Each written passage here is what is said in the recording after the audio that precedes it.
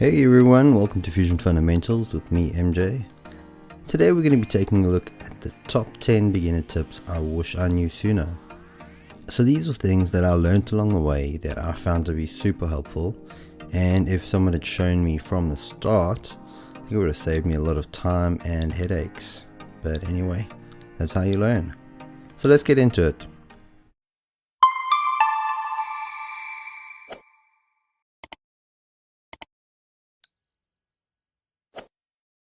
The first tip we're going to talk about is planes. If you've been using Fusion 360 for any length of time, you'll know that all sketches need to be created on a specific plane. And having that plane in the right place is key to having a working drawing. So we're going to look at a couple of ways to create new planes. To create a new construction plane, you go up to Construct and select an option there. The three that I use most often are Offset Plane, Plane at Angle, and Plane along path. The offset plane is pretty straightforward. You simply select offset plane and click on an existing surface or plane and then set the distance between the two planes, the new one and the existing one.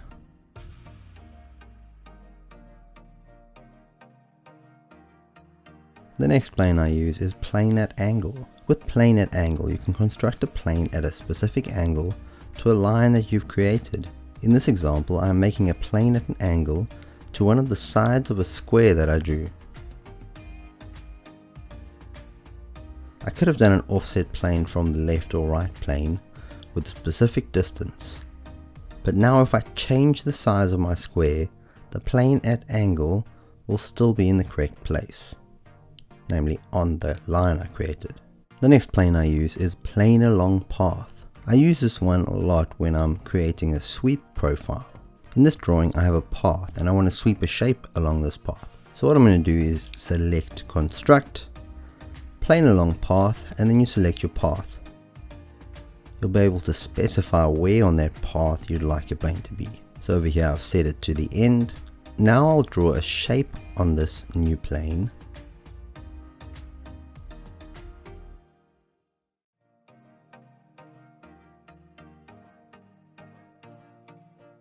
Select OK.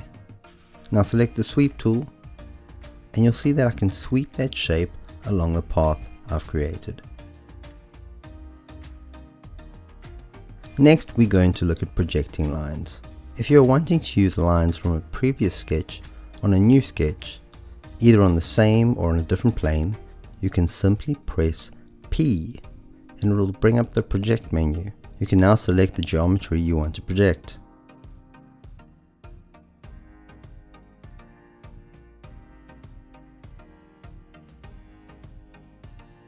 Once you select OK, you'll see that the line has turned purple, indicating that it is a projected line and not a line you have sketched. There are lots of instances where this can save time and be very helpful in the design process. Number 3. Center about the origin. Drawing your sketch around the origin is really helpful if you have certain parts of the sketch that are symmetric. Using the origin as a reference for dimensions and constraints is super helpful. It also makes it simple when it comes to mirroring both sketch lines and bodies, or even features.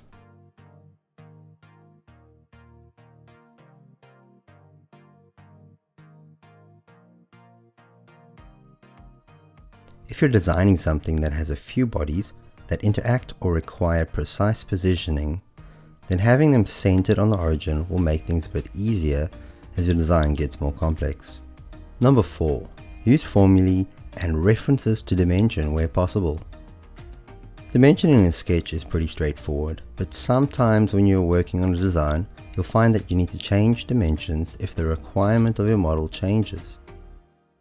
In this example, I have a simple rectangle and I can dimension them both easily at 100 and 50 millimeters respectively.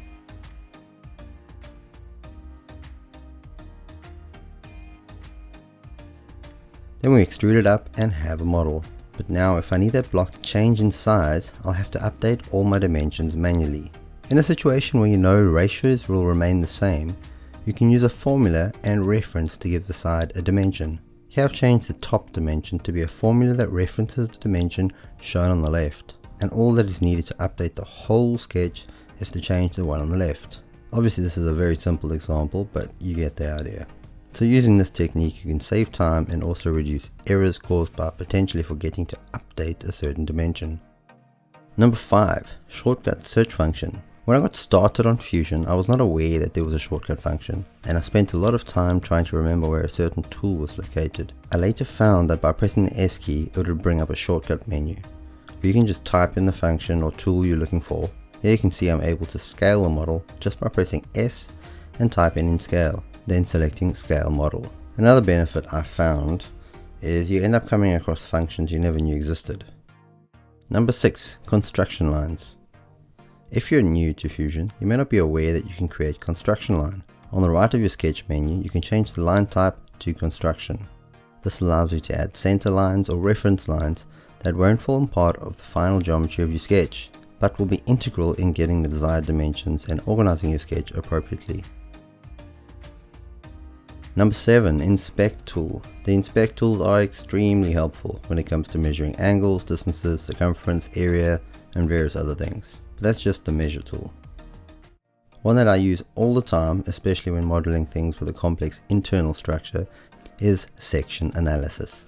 Here you can see in this sketch that I've selected the section analysis tool, and as I move through the model, I'm able to see the hidden geometry that I otherwise would not have been able to see. Number 8. Use of pattern feature. So the pattern tool is pretty straightforward. It's for when you have features that repeat themselves. Here you can see I'm using the rectangular pattern. I'm able to create a repeating pattern of these rectangles in the sketch. This can be done with sketch objects as well as bodies and features. Here you can see I'm using rectangular pattern on the body instead of the sketch.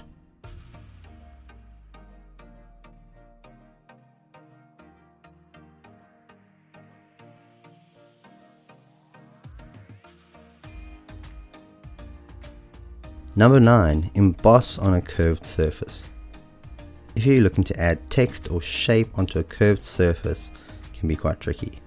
But the emboss tool is perfect for that.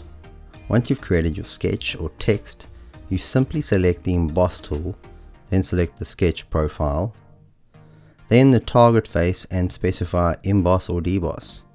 Then you can see by setting the depth, we can either make it go in deeper or stand out further.